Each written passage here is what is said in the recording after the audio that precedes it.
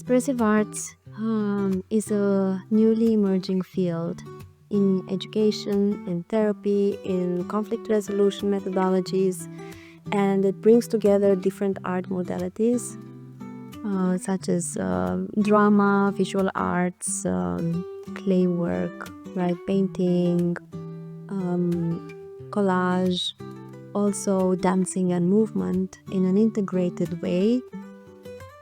So that to bring forth self-expression, growth, and healing.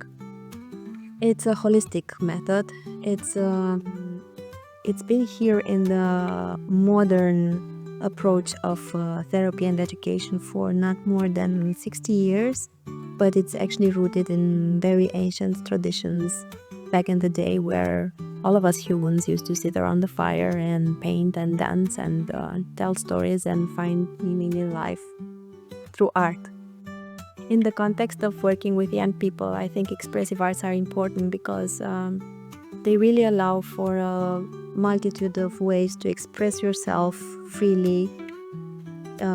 Words are not really necessary, and a lot of the times they're not enough to really encompass all that we've been through, all that we can create, all that we feel and think.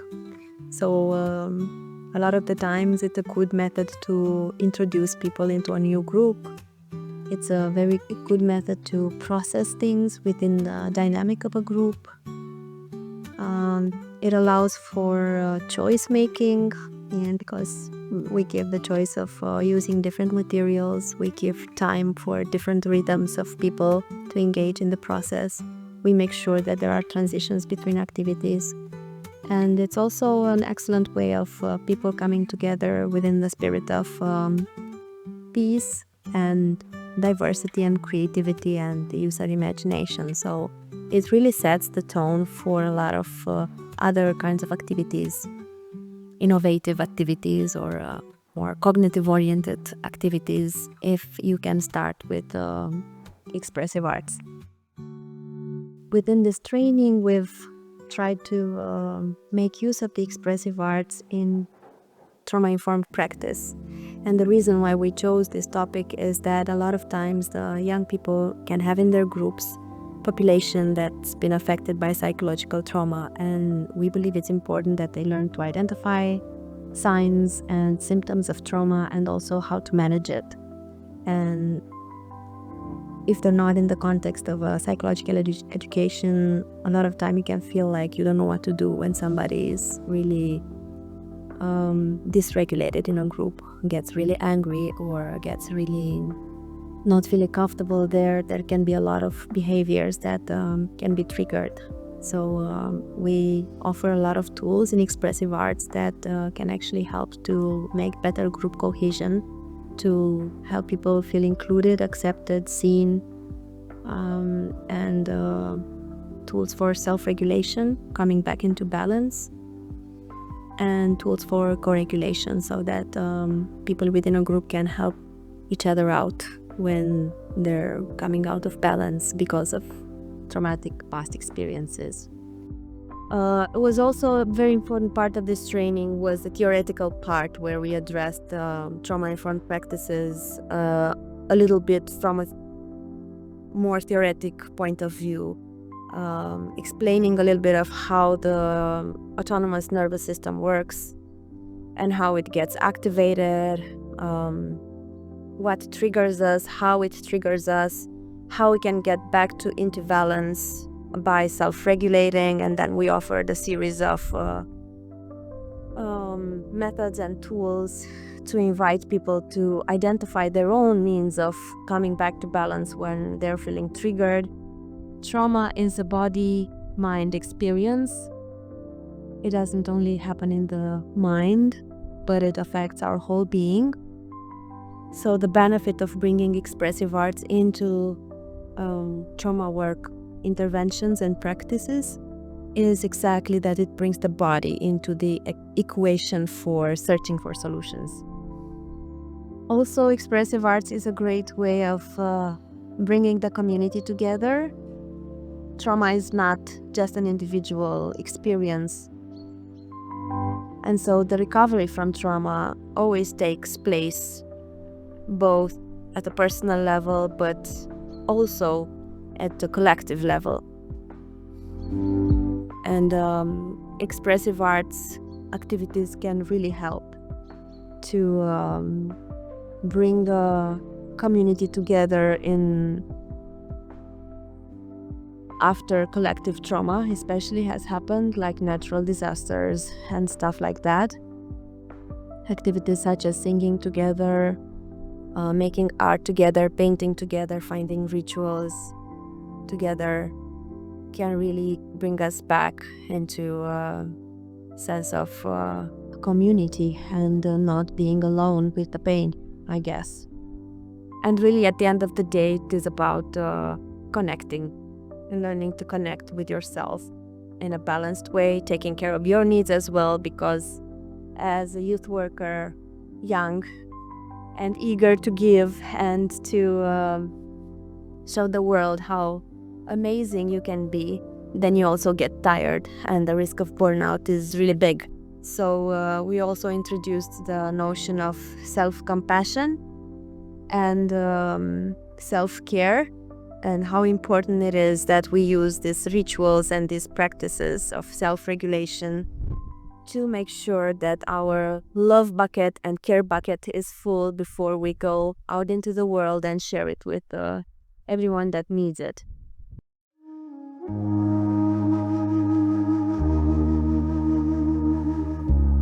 One of the tools we recommend for trauma-informed practices is the mandala. A mandala, meaning circle in Sanskrit, is more than an artistic tool. It's a reflection of the self. By drawing or painting within a circular form, we engage with patterns and shapes that can mirror our inner thoughts and emotions. To start, provide participants with a blank piece of paper. A3 is ideal for creating more detailed or bigger designs, while A4 works well for quick, focused sessions.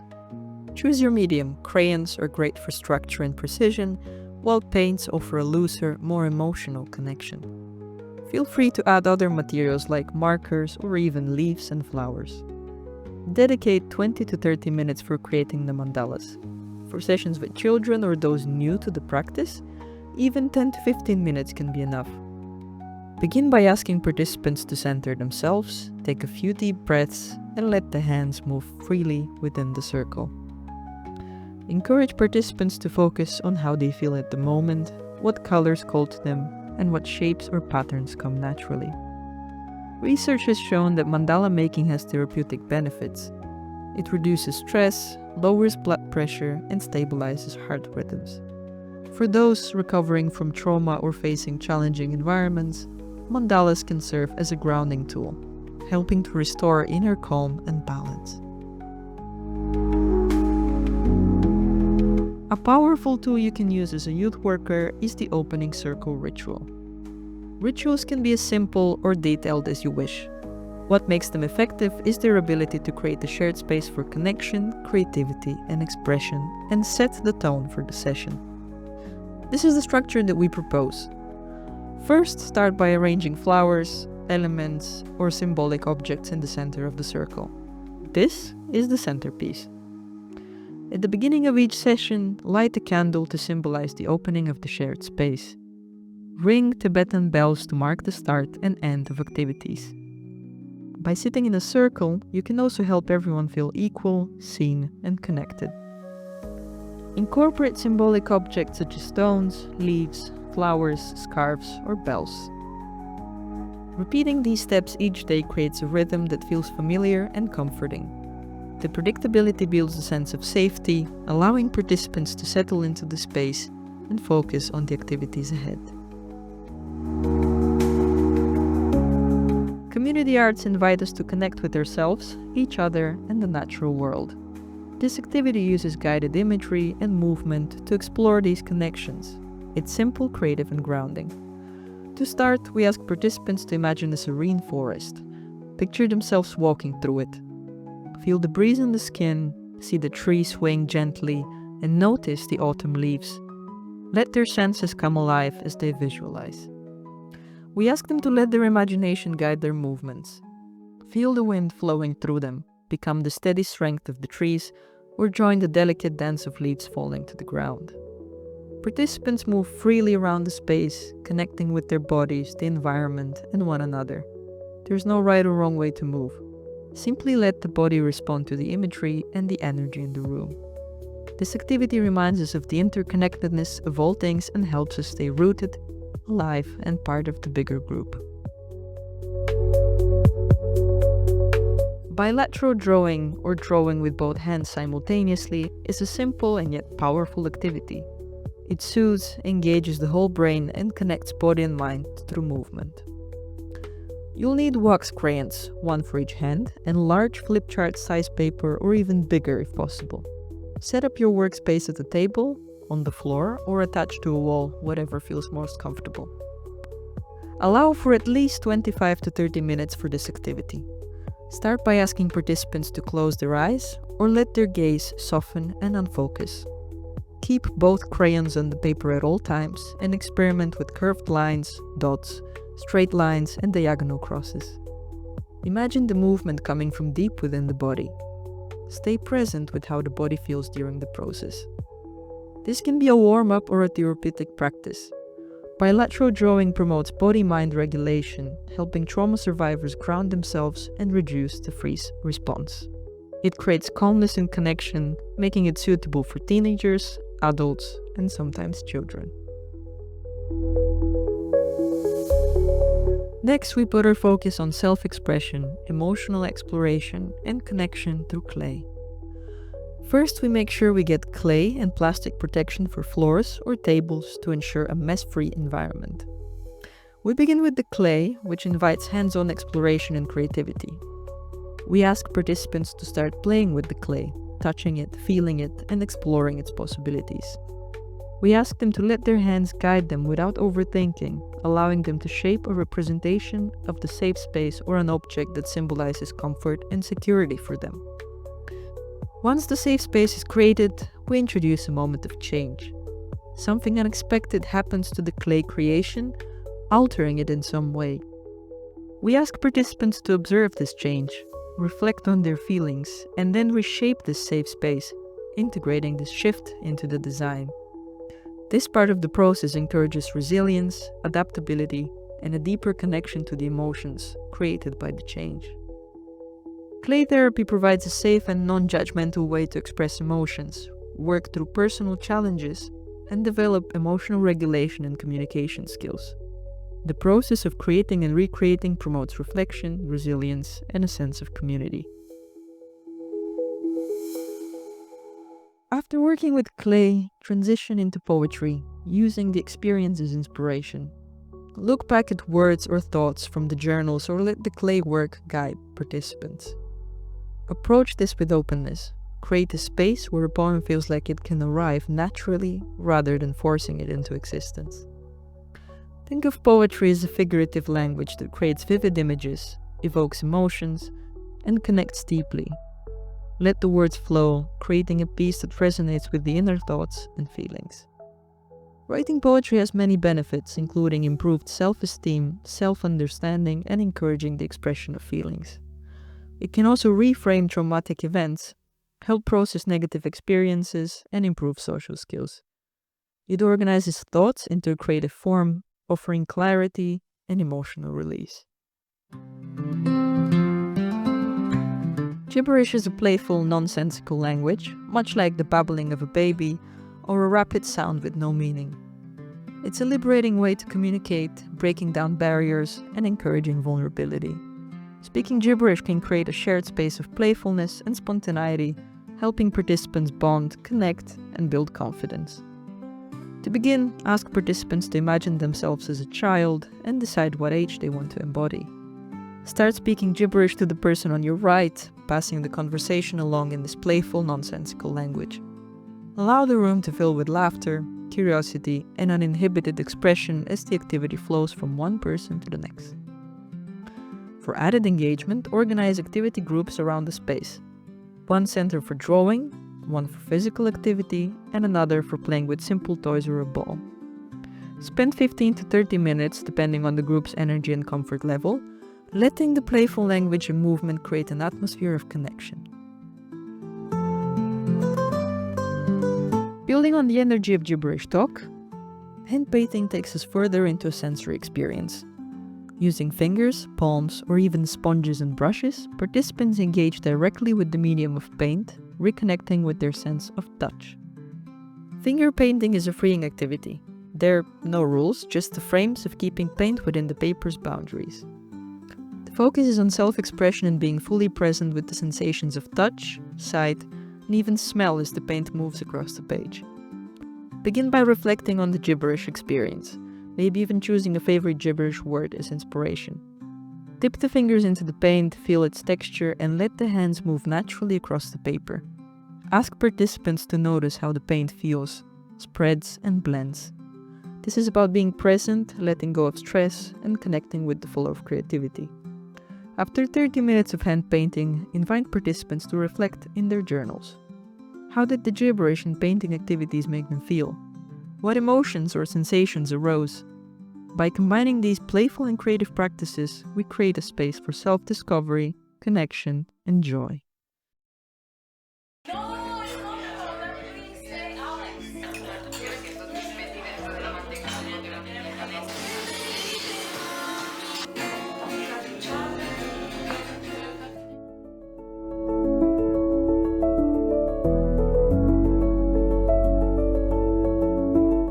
I learned something new from these days, how to interact with some people. I've seen the people that are introvert or they are in a panic attack, and before I go to them and talk to them and just breathe, but now I find it quite simpler to stay with them until they feel safe, and after that we can talk, or we can what feels natural for that person, what I can feel that it feels natural for that person.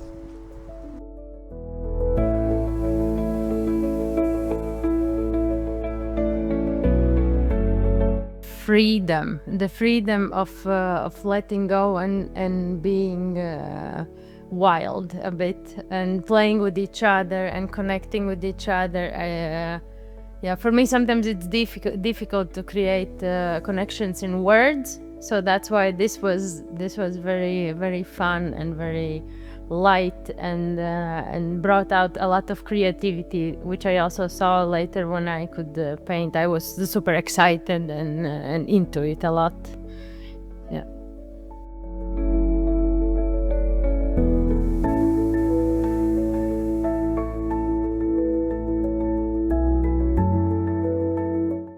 Okay, so one of the things I really do enjoy here is that we are giving like this playful environment. I feel that we can be playful during the exercises, and we are also given exercises through which we can kind of discover this element of playfulness.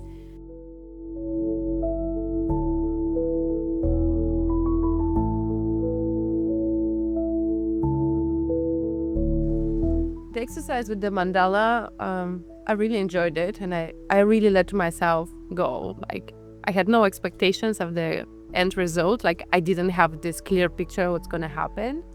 I just had ideas after ideas about the next and the next step. So I did first what I just came up to me after I was finished with it, then the next one after I was finished with it, then the next one.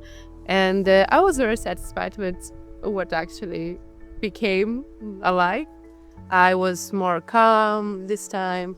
I was able to put some precision and work slowly, which was not my usual a few years ago.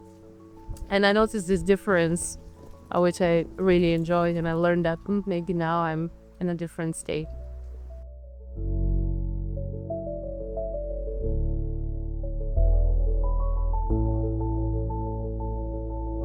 I have remembered some of my traumas, like also I talked about my trauma, and I think it's now that we're here, we have the safe environment We have beautiful, like the lecturers we have. I think they're so professional and they know what they're doing and teaching us. So it's a nice space to open up for me also to talk about things that I felt like so important to talk about from my own experience. Yeah.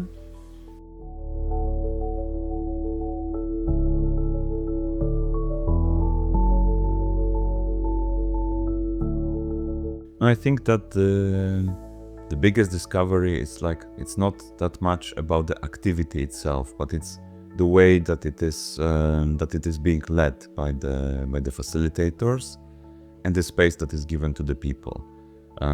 This resonates with me. Like trauma-informed practices can be done everywhere, whether it's within expressive arts, but also within the way that we're doing our professional work, the way that we approach our personal relationships.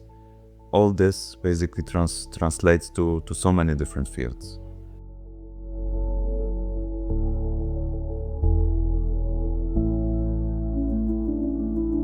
I really admire the way they implemented this dynamic into most of the activities we've been doing, how it sets like the conditions for the dynamic to start in a better way, to prepare the participants' mind to engage in the dynamics.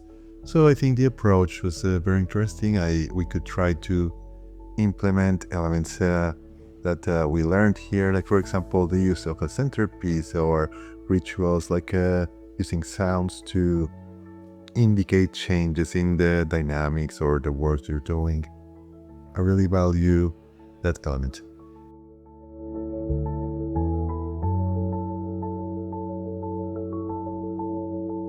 The thing that I learned this week is that it's expressive art, expression. So this word expression art give me a lot of calmness, because when I was thinking in art, I think, oh, you have to have talent, you have to born with this talent art, or you have to study. But when it's training, I understand about expression art. I feel so safe, calm, no pressure about the standards, the beauty. So I think that if I explain this in the beginning of the workshops, I think the people is gonna be very relaxed. Also, I want to say thank you. I am very grateful to be part from this project unofficial way, because I am a volunteer in Oldebecte. And this training for me give me a lot of tools in a personal development and also professional way. So I grew up in these 8 days a lot. And I'm so happy to have this opportunity. So our invitation was to look for the beauty, even when the world offers you a lot of chaos and pain and struggle. There's always something beautiful, always something moving us that can actually bring us into the space of staying open with our hearts, staying open with our senses, and staying connected.